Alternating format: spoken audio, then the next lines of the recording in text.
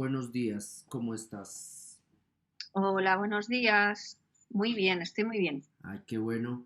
Gemma, estamos hablando hoy a un día de la elección en Colombia de un presidente de inclinación no hegemónica, es decir, como que superando un poco la sorpresa de esa decisión política, pero en este caso no nos reunimos para hablar de eso, sino de un libro que su merced presentó acá en Bogotá recientemente, que se llama Cómo perder el miedo dentro de un museo.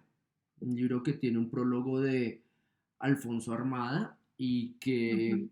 consta como de una serie de crónicas que su merced trabajó eh, de 2011 a 2019 en la revista digital Frontera D. Entonces, pues, para aprovechar la posibilidad de hablar sobre este libro y para comentarle pues a la gente que no lo ha visto, que de hecho el libro se consigue en Garabato, en la librería que queda por acá en Palermo. Pues nada, Gemma, quería preguntarle en principio eso, ¿cómo inició el desarrollo de este libro?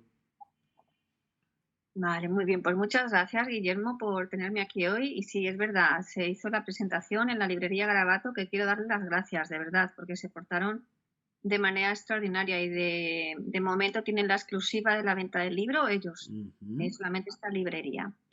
¿Y cómo se dio el libro?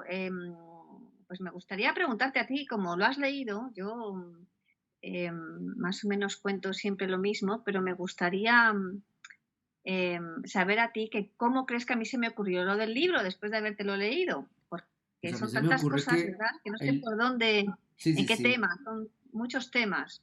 Son 10 años, un Ujú. capítulo por año, entonces tienes como una especie de Tetris, ¿no? Una especie de Tetris que hay que elegir qué tema, por qué tema queremos empezar a Pues a mí me hablar. Pero se me pareció ocurrió para que documentar una década. Eso fue sí, como se me ocurrió, documentar una década en ajá, Nueva York. y ahí me pareció que era un diálogo de una persona que se desenvuelve profesionalmente en un entorno poco conocido dentro del campo artístico contemporáneo, que es como el del contacto con el público, el de la educación en museos, que es como para muchos, de hecho, uno de los menos glamurosos, como que el glamurosísimo es el del curador, ojalá si es trotamundos mejor, y si no habla en el idioma local, muchísimo mejor. En segunda instancia el del artista que se autogestiona a sí mismo y como en el último nivel la persona que trabaja con público.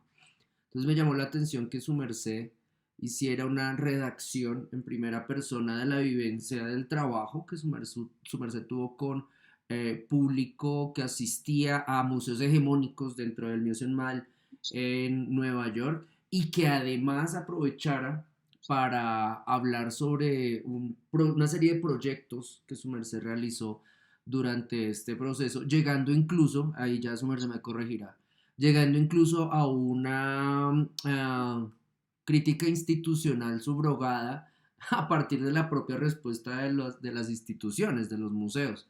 Entonces yo creo que ya con ese inicio ya puede empezar su merced. Sí, me encanta que lo tomes por ahí, porque tienes toda la razón del mundo. Yo soy artista, pero como la mayoría de los artistas tenemos otros trabajos paralelos para asegurarnos que no solamente vendemos de la venta de obra. Uh -huh. Y yo a lo que me dediqué fue a ser educadora de museo. Empecé en un museo, les gustó mucho cómo lo hacía, acabé en 2, en 3, 4, hasta 5 museos, acabé en los 5 museos más importantes de la ciudad de Nueva York. Además, como soy bilingüe, Uh -huh. bueno, bilingüe, hablo perfectamente el inglés con acento, Uh -huh. el castellano, pues empecé a trabajar como guía de museo para muchos departamentos diferentes, desde las personas que van en grupo, Uh las -huh. mamás con los niños, las profesoras, personas con discapacidad, gente VIP. Y es verdad que como artista a mí me empezó a intrigar más que las pinturas que explicábamos, las pinturas que observábamos, las interpretaciones de las personas que iban al museo Uh -huh. y cómo estas interpretaciones variaban tanto. Uh Era -huh. muy diferente. Me acuerdo una mamá rusa, querían ver Kandinsky y Uh ellas -huh. realmente no entendían nada y querían comprender, pero claro, tenían que comprender muchísimos libros que había escrito Kandinsky, la teoría del color, la Uh relación -huh. del color con la música, pero la gente quería entender. Cuando hablábamos con un comisario, venían personas conocedoras de todas las publicaciones, el tema de conversación era muy profundo sobre Kandinsky. Entonces, a mí esa diversidad, que de hecho existe, ¿verdad? El saber o el no saber, me pareció fantástico. Y me hizo recordar, fíjate, yo quise ser artista por una pintura que yo vi de Goya, que Goya en 1808, creo que fue, bueno, el 2 de mayo, el 3 de mayo, cuando los franceses entran a España, quieren, pues están invadiendo todo, ¿no? Los franceses, aquí todo el mundo invade todos los sitios, la gente sigue haciendo lo mismo, ahora Rusia sigue igual. Los seres humanos parece que no aprendemos a lo largo de los siglos, pero bueno, Goya vio esta lucha que los franceses pensaban que podían tomar España, pero los españoles, la gente de la calle, salió en contra de los franceses, salieron las madres con los cuchillos, salieron las personas del campo con los pinchos de la tierra. Entonces los franceses no se esperaban que el pueblo, el mismo pueblo, iba a echarles, ni armada ni nada. Fue los españoles que se hartaron de los franceses. Entonces Goya esto lo representó en varios cuadros, ¿no? Pero uno de ellos es muy, muy famoso, que son los fusilamientos. Y entonces yo pensaba, los grandes artistas siempre, y luego Goya también era pintor de la corte, Goya era pintor del rey, Velázquez también, que es otro maestro. Entonces todos los artistas que son realmente maestros siempre dejan abierto la conversación o que el arte funcione a muchos niveles. La pintura del 2 de mayo se comunica completamente. Si va una persona como mi abuela al museo, tú reaccionas ante esa pintura, porque hay un mensaje, hay además Goya vio estos fusilamientos, vivía cerca de donde sucedía y además se escondía para ver lo que sucedía. Entonces, los artistas, como siempre digo, somos esponjas que contamos lo que está pasando, es casi una necesidad. Velázquez hacía lo mismo. Entonces, claro, yo como artista estoy viendo que yo, en lugar de tener delante de mí el ataque de los franceses o los fusilamientos, soy una privilegiada y puedo escuchar lo que toda la sociedad está pensando, lo que la sociedad proyecta, lo que la sociedad sugiere, lo que la sociedad ha estudiado, no ha estudiado, quién está educada y dónde ha estudiado, todo eso dentro de un museo, porque los museos, y esto sería para dar estas conferencias, pues solamente la burguesía iba al principio a los salones de los museos. Ahora todo el mundo tiene acceso a museo. Los museos se han convertido en algo, bueno, es que hay seminarios, ¿no? Soy miembro del ICOM, del Consejo Internacional de Museos, y ahora se habla mucho de estos temas, pero en el 2008, todo esto que te estoy contando, que como has visto te ha abierto muchas puertecitas, y lo estoy contando casi como un cuento para todas las audiencias, pues todavía no se está empezando a cuestionar. Y ahora sí hay, quiero comentar, te dejo que sigas haciendo preguntas, pero hoy, este mes, por primera vez, los proyectos que yo hice en los museos se originaron porque los empleados de los museos nos dejan una exposición para empleados del Museo de Arte Moderno, del Museo Metropolitano, del Whitney. Pero estas exposiciones antes estaban cerradas al público, porque no se consideraba que los artistas que trabajamos en museos éramos pues lo suficientemente buenos como para abrirlo a todo el público. Tenían que hacer la diferencia. Y también me puedes comentar, porque estas divisiones, ¿no?, de departamentos es donde yo me metí sin darme cuenta. Mis proyectos comienzan porque yo llevo a las personas al museo a ver mi exposición de obra como empleada, pero también soy artista que he expuesto en otros museos no como empleada.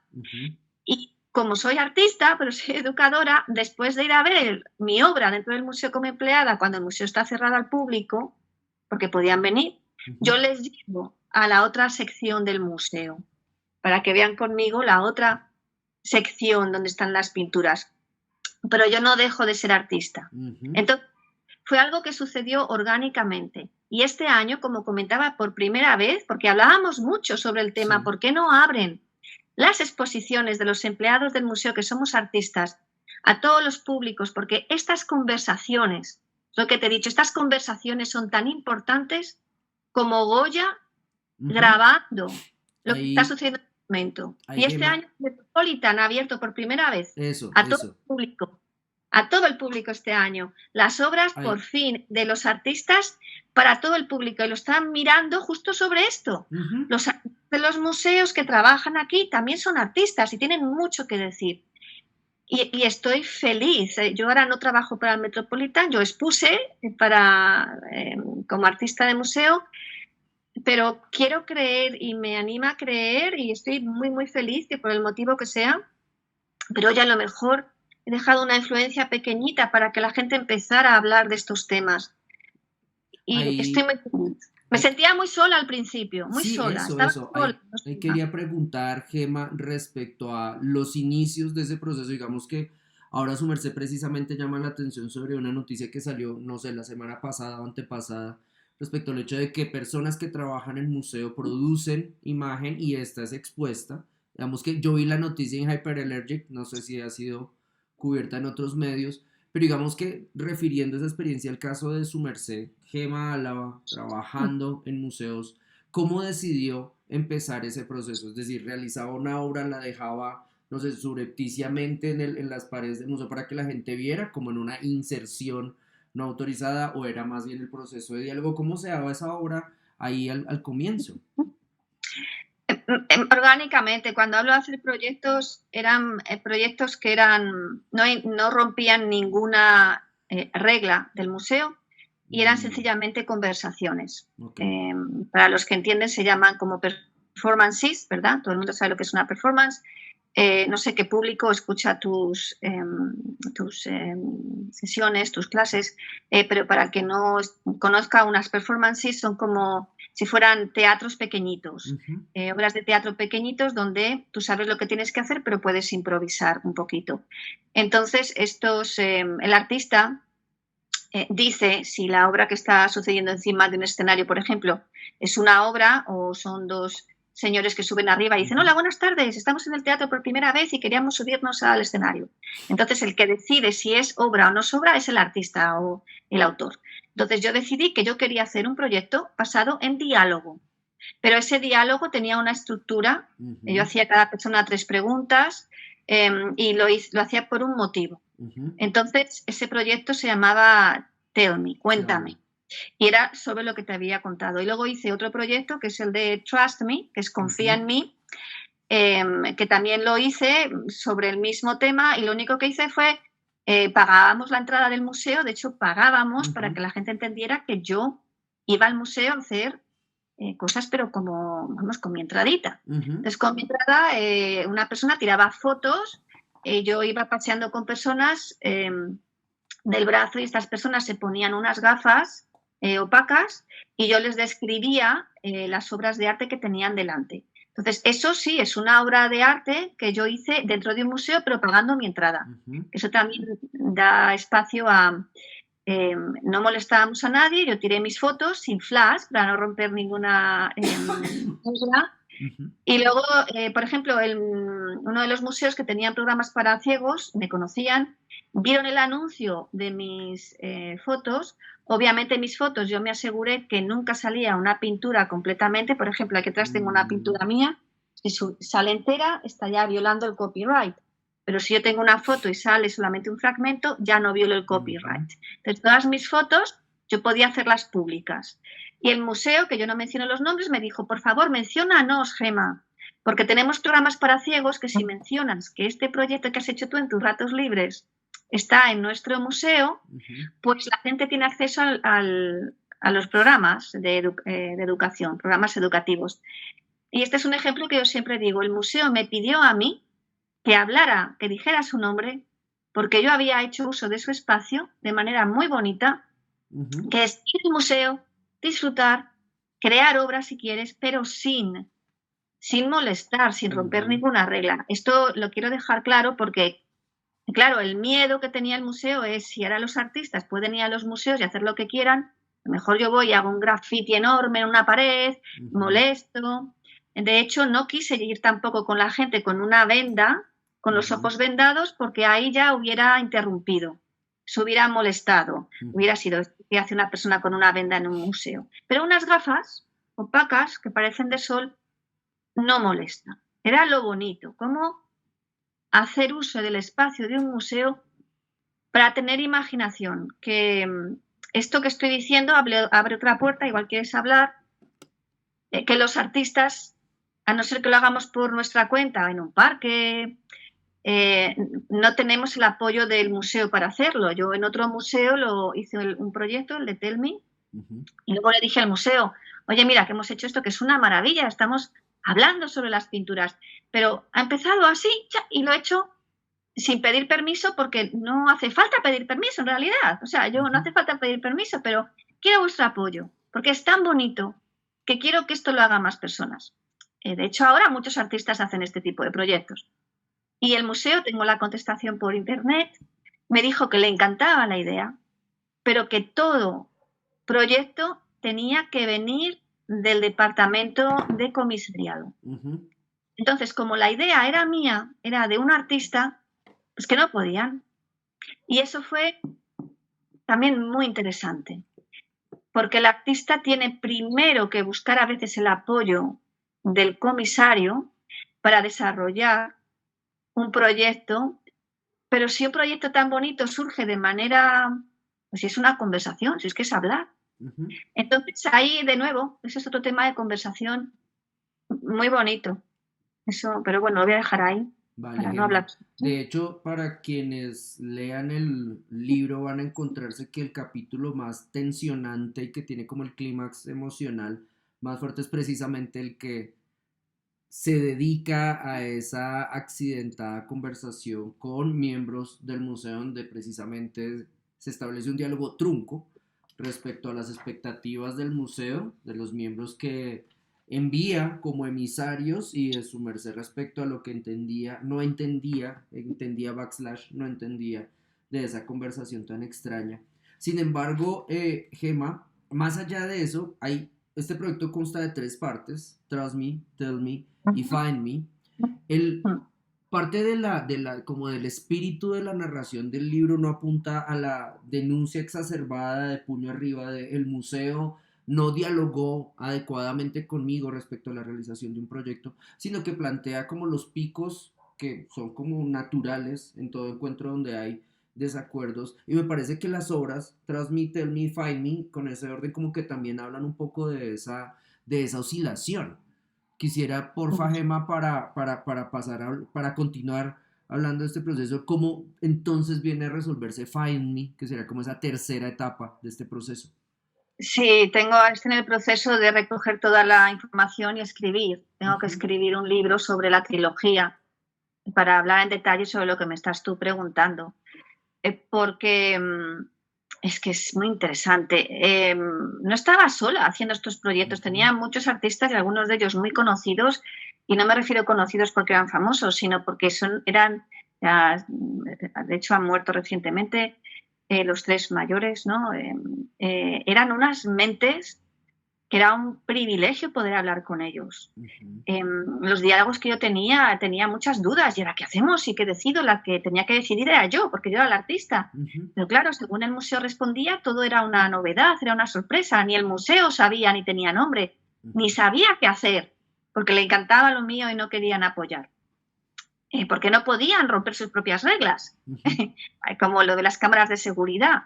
Tenían grabado, que lo hicimos a posta, tenían grabado unas performances muy importantes con gente famosa, pero legalmente ellos no podían, es que no podían sacar la imagen de la cámara de seguridad, y lo intentaron, me intentaron ayudar, se reían. En el fondo todos decíamos, uy, ¿cuántas preguntas hay aquí? Vamos a seguir preguntando. Es lo que hacemos los artistas. Entonces, otra manera de preguntar era con el proyecto Find Me, que además se sucedieron en 3 años consecutivos. 2008 empieza Tell Me, que es hablar por los pasillos, ¿verdad?, de un museo cuando está cerrado al público, porque se me permitía llevar amigos, sin hacer nada, solamente hablar, era lo que hacíamos. Entrábamos, charlábamos delante de las obras y nos íbamos. La diferencia es que yo dije que eso era un proyecto, sencillamente. Nadie me hizo caso, porque dijeron, ¿esta mujer qué hace? Son tonterías. Pero yo sabía que no eran tonterías, por eso me hacía falta 10 años, para que la gente se diera cuenta que en 10 años tendría conversaciones como la que estoy teniendo yo contigo.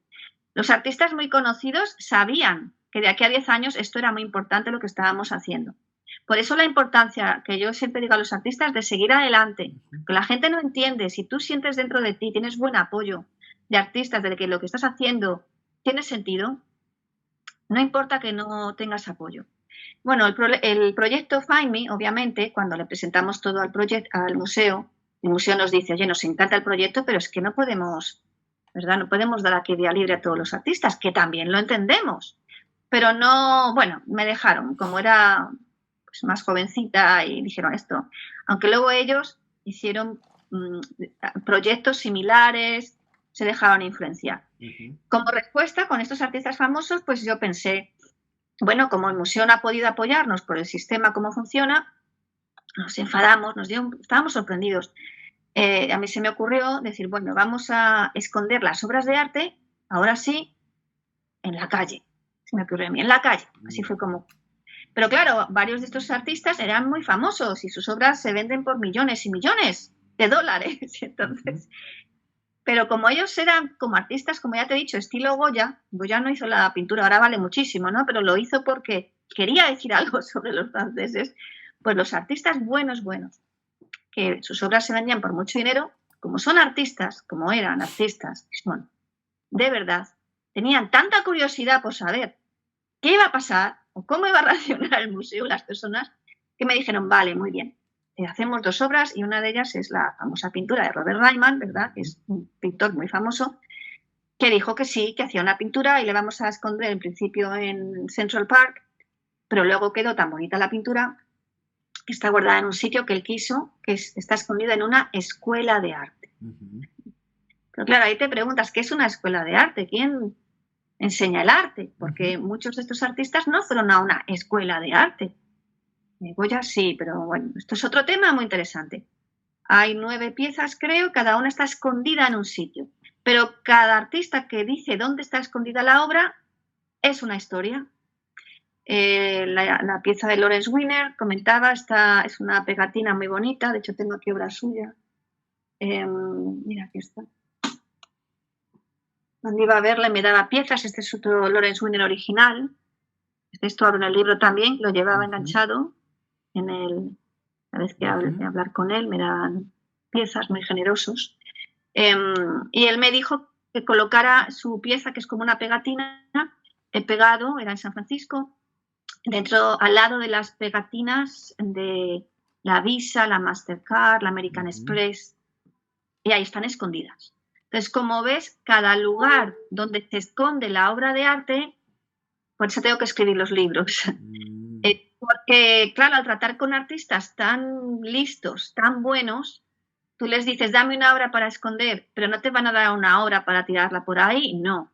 Cada obra y cada escondite es realmente una obra de arte impresionante. O sea, son muy buenas estas obras. Y las hicieron para este proyecto. Entonces, de nuevo, un proyecto que empezamos como, bueno, pues vamos a escondernos, bueno, porque tienen que encontrarnos. Decíamos, el proyecto que hicimos en el museo de Tell Me, no han querido hacer caso, pero sí ha sucedido. Y de hecho tenemos documentación de todo lo que ha sucedido. Porque yo esperaba a que esto pues se hiciera más veces. De hecho me preguntaban, ¿hay documentación? Y yo no contestaba. Decía, no. Quería esperarme. Y ahora sí que hay documentación.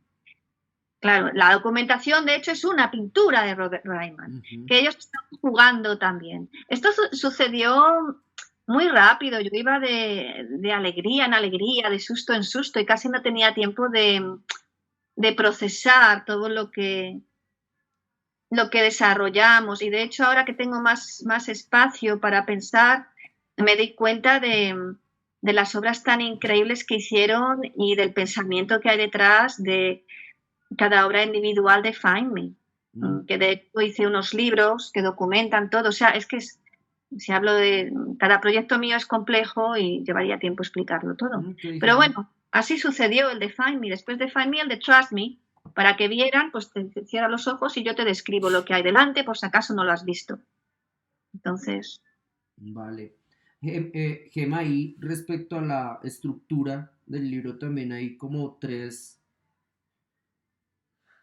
pivotes que lo sostienen, otros tres pivotes.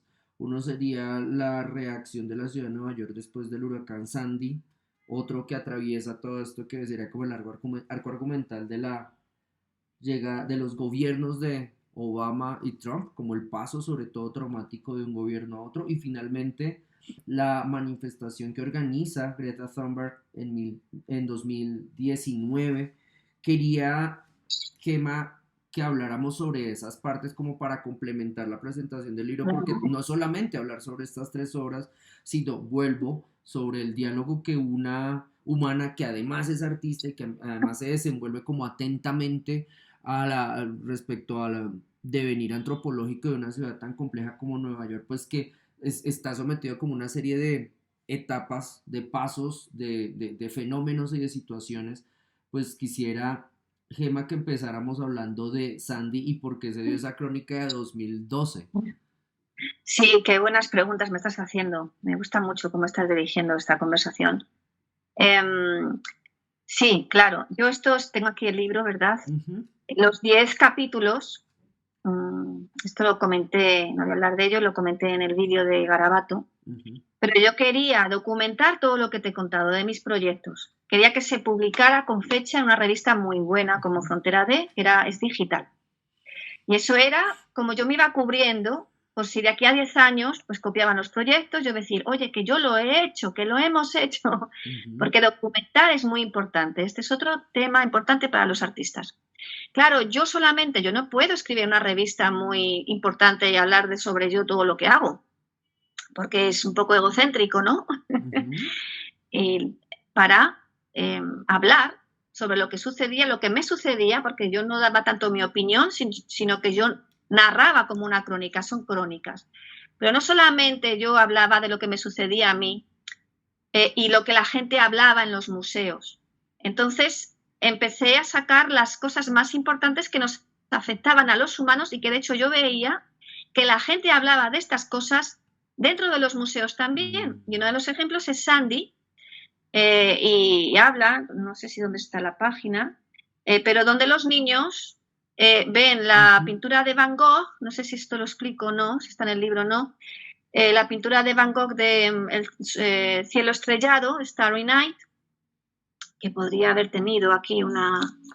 Sí, que dicen que detrás de una nube está la Estatua de la Libertad. Sí, mira, no tengo aquí la foto del cielo estrellado de Van Gogh, podría haberlo presentado.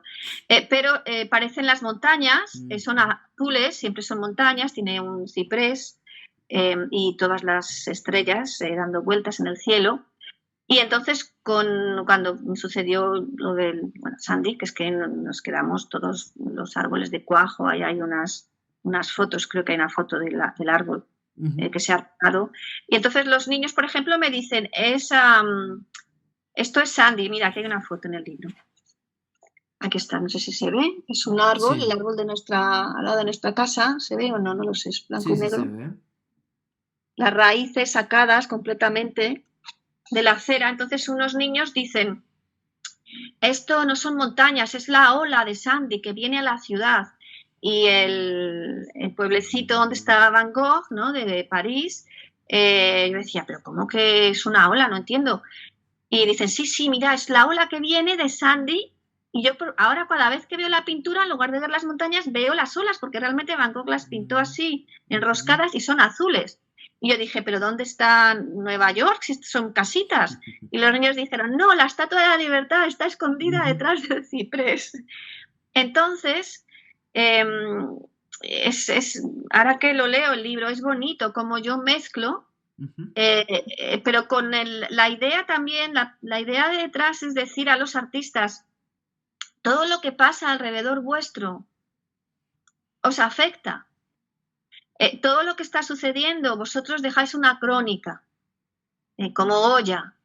El buen artista deja crónicas de lo que está sucediendo en el momento. Además, muchas veces dejamos crónicas y absorbemos lo que sucede sin saber que estamos absorbiendo tanto. Por eso cuando dicen, Ay, esta pintura es muy fácil hacerla, son 2 colores y una raya en el centro. Sí, copiarlo es muy fácil, pero absorber algo, darte cuenta de lo que pasa en el presente y traducirlo de manera o visual o auditiva o con performance o movimiento, ya sea de baile, danza, música, eso, o sea, hablamos de Lorca, por ejemplo, la manera en la que Lorca se comunicaba era muy avanzada. La gente no lo entiende, tardas en comprenderlo. Pero si tú eres sincero contigo mismo y tienes, yo lo hacía en mis proyectos, ahora digo, oye, qué interesante, y yo no era consciente, pero yo sabía que si eres artista y tú sigues creando, tú creas y luego lo miras, qué es lo que has hecho. Obviamente, si en lugar de mirar dentro de ti, ver el potencial que tú tienes, ver cuál es tu idea propia, lo que te hace a ti único, genuino, intentas adaptarte a lo que está haciendo el museo, intentas pintar como Picasso porque tú crees que eso es lo que la gente quiere, pues los salones parisinos estaban llenos, ¿no?, de pinturas que eran aceptadas, las reglas de la sociedad, pero al final los que estudiamos realmente son los que se salen de las reglas. Goya no presentaba esas pinturas, pero al final es lo que queda de la humanidad, que es un estudio de la humanidad, el arte. Entonces, por eso hay estos eventos. Y yo, el otro evento que hablabas de... El paso entre Barack Obama y Donald Trump. Sí, de Greta Thunberg, ¿verdad? Que está, Ok. Sí. Claro. Este creo que es el último capítulo, Sí. porque yo voy adaptando y como buen escritor, ¿no?, o buen artista, tú vas seleccionando qué cosas quieres introducir en el libro para que todo el libro pareciera una novela. Entonces, yo cuando hay mucha revolución en los museos, pues hablo de la revolución de Sandy y cómo la gente reacciona ante algo que no sabes qué hacer, ¿verdad? Luego, cuando quiero hablar de que hay esperanza y parece que todo se está cayendo, pero hay esperanza para los artistas y se puede generar algo nuevo, pues me centro en cuando viene Greta. Pero claro, me fui a primera línea, documenté todo y es una crónica muy buena, tiene fotografías buenas, había una manifestación también con lo del Donald Trump, me fui a la manifestación de Donald Trump, documenté todo, yo quería ser periodista también, yo quería hacer muchas cosas, entonces el nivel de crónica es muy bueno a nivel periodístico, muy bueno. Entonces depende quién la lea, pues claro, es una crónica excepcional de Nueva York, porque no hay nadie en España aquí en Nueva York haciendo crónicas, entonces lo agradecen mucho, pero a la vez yo introduzco todo lo que sucede dentro de los museos, porque también es muy interesante, es la opinión de las personas. De hecho, una crónica siempre deberías preguntar a las personas qué es lo que piensan ellas. Yo me voy a la calle y pregunto, ¿usted qué piensa de Donald Trump? ¿Usted qué piensa? Porque no es solo mi opinión. De hecho, no es una opinión, no es una opinión, es una crónica. Tú describes, esto ha pasado, esta persona ha dicho esto, esta persona ha dicho lo otro, yo hice esto, el museo contestó esto, el museo contestó lo otro. Yo no juzgo. Puedo decir cómo me sentía, me sentía asustada, me sentía agobiada, pero yo no juzgo, yo narro, que creo que es lo bonito. No es un libro para juzgar, criticar, no, es para contar. Luego el que quiera criticar, que critique, el que quiera crear, que cree. Pero sí, parece novela completamente, porque hay un principio de empezar a jugar, hay un meollo, un clímax de que los museos se encuentran con esto y como hay gente tan famosa no saben qué hacer.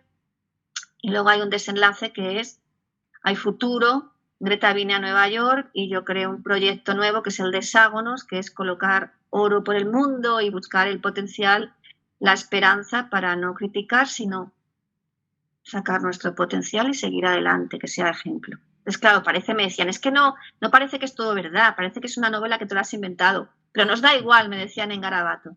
Nos da igual si es verdad o no, porque es que nos encanta. Digo, no, pues es verdad. Miguel Cereceda en España, que se presentó, me decía, es que el libro en sí es una obra de arte.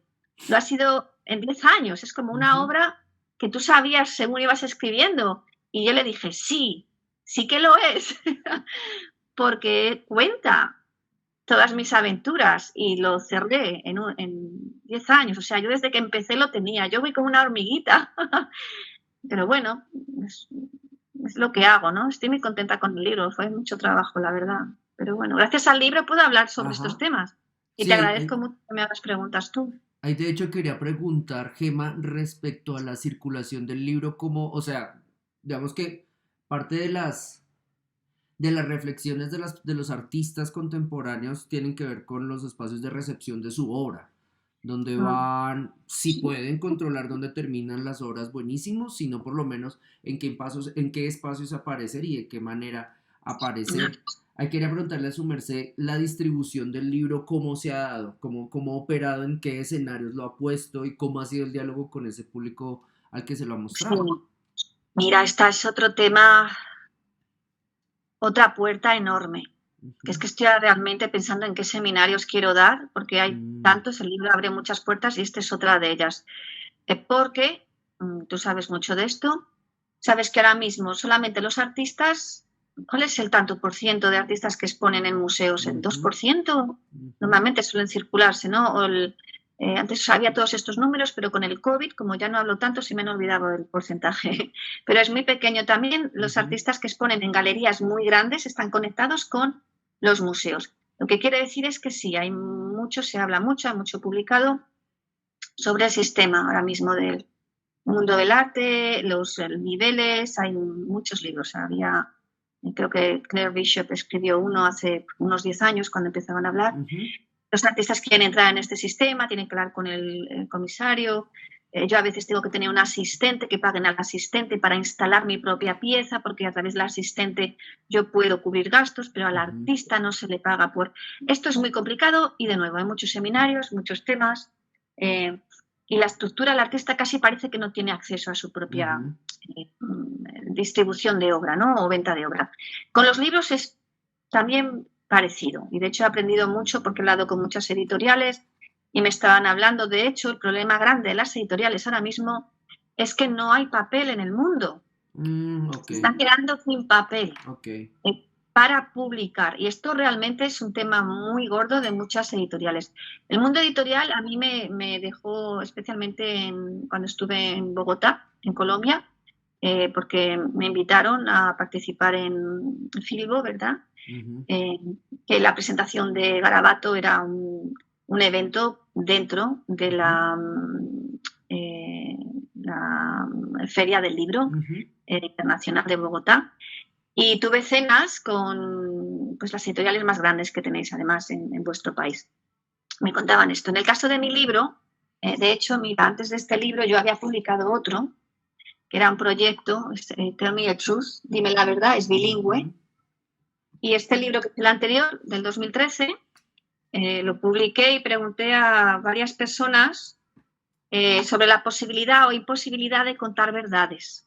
Entonces se publicó en el 2013. De hecho, este también fue una manera de hablar que no podíamos contar la verdad de hacer proyectos dentro de museos. ujú, Y yo pregunté a periodistas, pues uno de ellos era Alfonso Armada, ¿no? Si se podían contar verdades en los periódicos o no, se tenían que censurar. A abogados, quien cuenta la verdad, a médicos, a muchas personas del libro, ujú, ¿ves? Iba acompañado de unas fotos de tensiones, que son tensiones entre un clavo ujú, y un hilo, que esta es obra mía, pero yo hablaba de tensiones. Entonces, para este libro, de hecho, este libro lo publicó otra editorial ujú, en España, que yo le cedí todos los derechos porque yo pagué con obra a cada una de estas personas, hice un fundraising, sacamos dinero para que el libro se pudiera publicar porque era muy caro. Hice yo las traducciones, la mayoría de las traducciones, y luego la galería Twin Gallery en Madrid, yo les dejé el lanzamiento del libro y salió en todos los medios, en televisión, ujú. y tuve una amiga muy buena que hizo toda ¿cómo se dice? Publicidad, Como el no, plan de medios. sí, de medios y salió en todos los sitios. Un libro Ujú, muy bueno y luego teníamos al nieto de Hemingway, por ejemplo, teníamos a la periodista Ana Grau, que es excepcional de España, tenemos al historiador Julián Casanova, que es un número uno de escribir entre guerras, todos son ujú, amigos míos. Y entonces, pues igual que Robert Ryman dejó la pintura, es un libro estupendo. Contándote qué pasa con este libro. Yo le di a una persona que era amigo de otro amigo, los derechos del libro no me pagaron nada a mí por el libro porque yo quería dar a conocer, ¿no? ujú, Todo lo que había de todos los compañeros. Y una vez que yo le había dado el libro, él cambió una serie de cosas que yo decía, ay, coméntame porque es proyecto, esto sí que es proyecto de arte, ¿verdad? Es proyecto de arte. Y eventualmente este hombre, yo no me había dado cuenta, me dijo, no, mira, vamos, yo estaba contenta con el libro, pero él pensaba que yo no estaba contenta o que me estaba quejando, no sé qué pasó ahí. Pero me dijo, mira, yo si quiero por contrato, porque ya había firmado un contrato, dándoselo todo, a cambio de nada, por contrato, si yo quiero, puedo hacer lo que quiera en la portada, porque tú no tienes que decir nada, porque has firmado el contrato, bla, bla, bla, bla. Entonces ahí me di cuenta y digo, es verdad, yo firmé el contrato. Y yo firmé el contrato pensando que era para ayudarle a él, porque me dijo, si no me firmas y me das los derechos, yo no puedo publicarlo. Claro, dije, sí, sí, claro, yo te doy todo, yo te doy todo. Pero luego al firmar el contrato yo no sabía que me dijo, no, tú no puedes tocarlo nada y ahora no voy a distribuirlo, y ahora no voy a no sé qué, y ahora no sé cuántos. Y yo dije, pero ¿cómo? No puedes. Sí, sí, el contrato está firmado. Y ahí me asusté. Y digo, pero bueno, y tuve que decirle aparte de los, en teoría era por 10 años, digo, ahora yo no puedo ni publicar mi propio libro, porque yo le había regalado los derechos. Era una cosa que no vamos a meternos en ese tema, pero dije, uy, los escritores se encuentran en situaciones muy parecidas a las de los artistas. Entonces, este libro, como ya he aprendido, y este libro es obra de arte, conocí, que me encanta esta plataforma, se llama El Ojo de la Cultura. El Ojo de la Cultura es una plataforma editorial, le conocí en Londres, tiene base en Londres, El Ojo de la Cultura. Enrique se llama él, el director de la plataforma.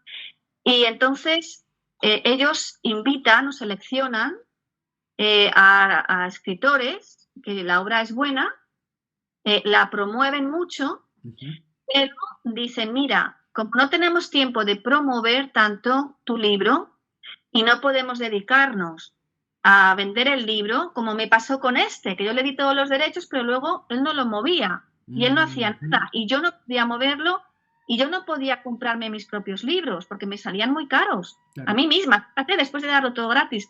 Entonces esta plataforma, y yo sé que hay muchas plataformas ahora donde los artistas no es autopublicado, han editado, pero yo me aseguro que yo me quedo con todos los derechos del libro, que yo me dedico a distribuirlo yo misma, porque yo viajo mucho y doy muchas conferencias, y como es una especie de manual, que es mi propia obra de arte, yo prefiero a ellos, les pago una parte pequeña para que me hagan todo el proceso, pero yo me quedo realmente con todos los beneficios y todas las ventas. Fíjate.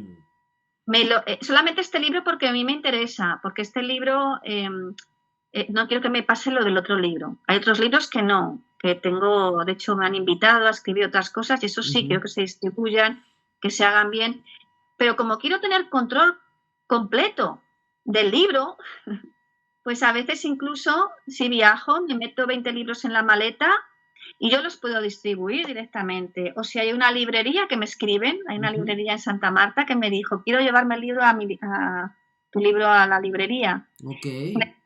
Claro que sí, de hecho querían llevarme a Santa Marta. ¿Y cómo se llama la librería? No me acuerdo. Debería tener esta información, pero bueno, una librería muy buena en Santa Marta. Entonces, si yo tuviera, en este caso, este hombre, tendría que escribirle, decirle, y me diría, no, no. De hecho, dije, distribuye el libro en Estados Unidos. Pues ya a mí no me interesa distribuir en Estados Unidos. Yo decía, pero si mitad de las personas son de Estados Unidos. Y bueno, no sé si esto es otro tema interesante, pero ante las dudas yo me quedé con mi libro, con la forma editorial que tiene, pues esto. Y esto es un tema también muy interesante porque hay muchos artistas que o autopublican.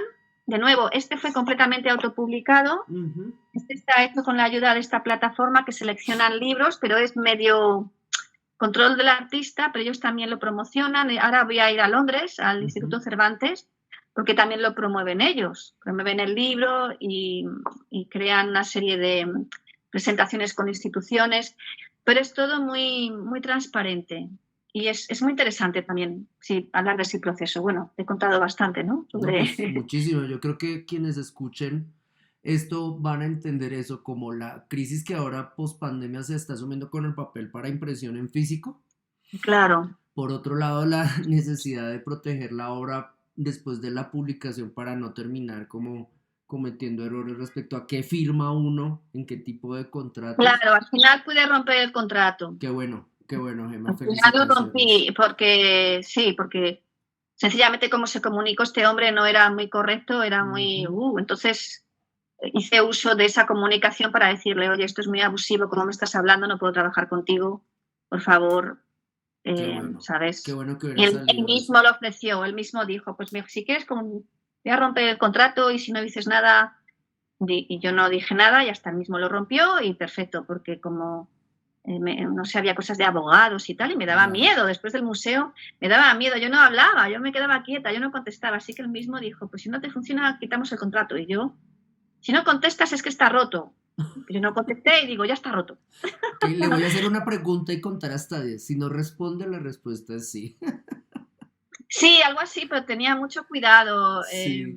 De hecho, hubo amigos que me dijeron, contestas muy bien, Gemma, él se está esperando a lo mejor algo. O me decía la persona, a lo mejor te quiero llevar a juicio porque también es abogado este hombre. No tengo ni idea, pero ya da igual. No, Sí, vamos, yo no bueno. estoy enfadada ni nada. Sencillamente que era demasiado complicado y me llevaba demasiadas horas contestar emails y digo, esta energía hay que meterla en otro lado, ¿no? Yo no estaba enfadada, de verdad, pero que no Ah, funcionaba y es falta de, pues de educación, no estaba educada yo. Me fiaba, yo me fío de todo el mundo y claro, tampoco se puede uno fiar de todo el mundo, pero aprendo mucho. sí, ¿Qué es lo aquí. que espero que el libro haga con los artistas? Ajá. Sí, enseña Que bastante. aprendan de todo lo que ha sucedido. Sí. Bueno, Gemma, yo solamente tengo como una última pregunta y ya su merced, siquiera como quisiera contestarla para completar esta entrevista y es sobre la etapa del vuelo, perdón, de vivir en la boca de un volcán, la etapa de Ecuador que se narra en el libro. ¿Qué quisiera contarnos sobre ello? Pues porque además, pues estamos en los Andes, Bogotá, etcétera, muy cercanos. Claro, es que de ahí viene ahora lo que estoy haciendo, el proyecto Hexágonos, Mm, y me encanta. Además coincide con la etapa cuando Donald Trump ujú, es elegido, justo coincide. Es que ujú, parece que lo han hecho aposta, parece esto que es una novela. Entonces yo cuando estoy tan cansada y agotada de los museos, en el 2016 me invitan a participar en una ujú, serie de charlas en un festival del arte que se llama El Sur del Sur. ujú. Estoy muy agradecido a ellos, al Festival de Educación y de Arte al Sur del Sur de Quito. Y yo cuando llegué allí no conocía absolutamente a nadie y una tranquilidad porque yo estaba agotada, ¿no? Por hablar con Ujú. tanto abogado de los museos y todo tanto proyecto. Y sacar el libro en el 2013 y todo. Entonces, cuando llegué allí, era la primera vez que yo había estado en México, pero brevemente. Hablé con las universidades, una charla en la universidad, en la PUCE, la Universidad Pontificia. Conocí a muchísimos artistas de Quito.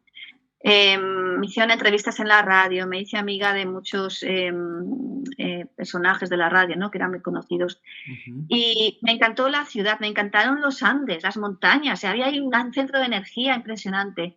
Y luego ujú, muchísima gente que yo no sabía salen a bailar casi todos los días. ujú. Salen con su mujer, con la novia, salen a ligar, entonces siempre íbamos a bailar por la noche. Conocí también artistas buenísimos de canto, de baile. Bueno, fue impresionante y todo el mundo tenía una alegría y tenía unas ganas de crear, de vivir, que me lo contagiaron. Y surgió de nuevo las ganas de empezar de Mm, nuevo. Y dije, ¿qué hago yo pensando tanto en los museos, en todo lo que me han hecho los museos en Nueva York, cuando hay muchísimos artistas que tienen ganas de continuar adelante? Y el primer hexágono que yo coloqué mm, fue exactamente en el volcán Purulagua, que me dejó impresionada como personas, es un volcán que está ujú. taponado y de hecho está activo, o sea, Sí. está dormidito, pero está activo.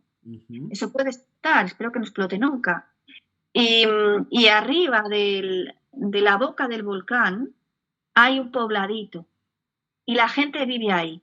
Entonces ese fue para mí un momento de decir, hay que construir, aunque sea en la boca del volcán, pero hay que seguir adelante. Y obviamente hago la comparación de que Donald Trump usaba el micrófono para generar miedo, ¿verdad? Y angustia, pero los artistas tenemos que tomar el micrófono para expandir arte y esperanza. Y esta transformación se la debo a todo el equipo de Quito e hicimos ahí el proyecto Trust Me. Lo hice con la ayuda de todos ellos. Y es que son personas, en mi website salen los nombres de muchos de ellos y la exposición del proyecto Trust Me de Quito, Ecuador. Salen todos los participantes y todos son artistas impresionantes, muy buenos de Ecuador. Okay. Y Ecuador me abrió las puertas a querer conocer otros países. De ahí me fui a México, hice la presentación del libro en México, la presentación del libro en Colombia y de hecho tengo que hacer la presentación del libro en Quito. Iba a ir, pero cogí el coronavirus. Me dio el coronavirus y tuve que cancelar mi presentación del libro en Quito y ahora estoy a ver si lo retomo con Leslie Guayasamín, que también es familia del artista Guayasamín, y me dejaron su museo para dar charlas y también para presentar Trust Me, que lo hicimos dentro de su museo, dentro del taller de Guayasamín, que por primera vez desde que había muerto Guayasamín habían permitido que otro artista compartiera el estudio del maestro, porque es un museo. Tú fíjate, la exposición es hexágono, porque esa historia, digo, ¿cómo que nunca? No, nadie hace uso del estudio del maestro, pero tú como eres artista, estás generando estas ideas, Gemma, seguro que a Guayasamín le encantaría que tú usaras su propio estudio. Me dieron el estudio del maestro para hacer mi proyecto Trust Me, presentar las fotos y todo. Fíjate qué bonito. Eso en Quito. ¿Cómo no voy a estar agradecida? Aquí me despertaron completamente. Pues qué bien, Gemma. Qué buen final de historia. ¿Qué más quisiera entonces decir para cerrar la entrevista? Pues yo quiero agradecerte a ti, tu curiosidad, y sé que tu trabajo también te dedicas mucho a hacer muchas preguntas al aire para que la gente se eduque, y sé también que estás abriendo ojos para que haya a lo mejor más claridad con las relaciones entre artistas e instituciones. Hay muchas instituciones que se están abriendo ahora, talleres nuevos, clases nuevas. Hay comisarios que están abriéndose también, trabajando más con artistas. Y sé que estás educando muchísimo. Yo te lo agradezco mucho y tus preguntas son excepcionales. Así que quería terminar dándote las gracias. A lo mejor la próxima debería entrevistarte yo a ti sobre el trabajo tan bueno que haces y las clases que das, en verdad. Y tú como artista, pues también. Y escritor también escribes, ¿verdad? Que he leído varios de tus artículos y son también muy buenos. Ay, vale, así que te devuelvo la pelota. Vale, así muchísimas gracias entonces. La entrevista. Vale. Bueno, entonces termino acá.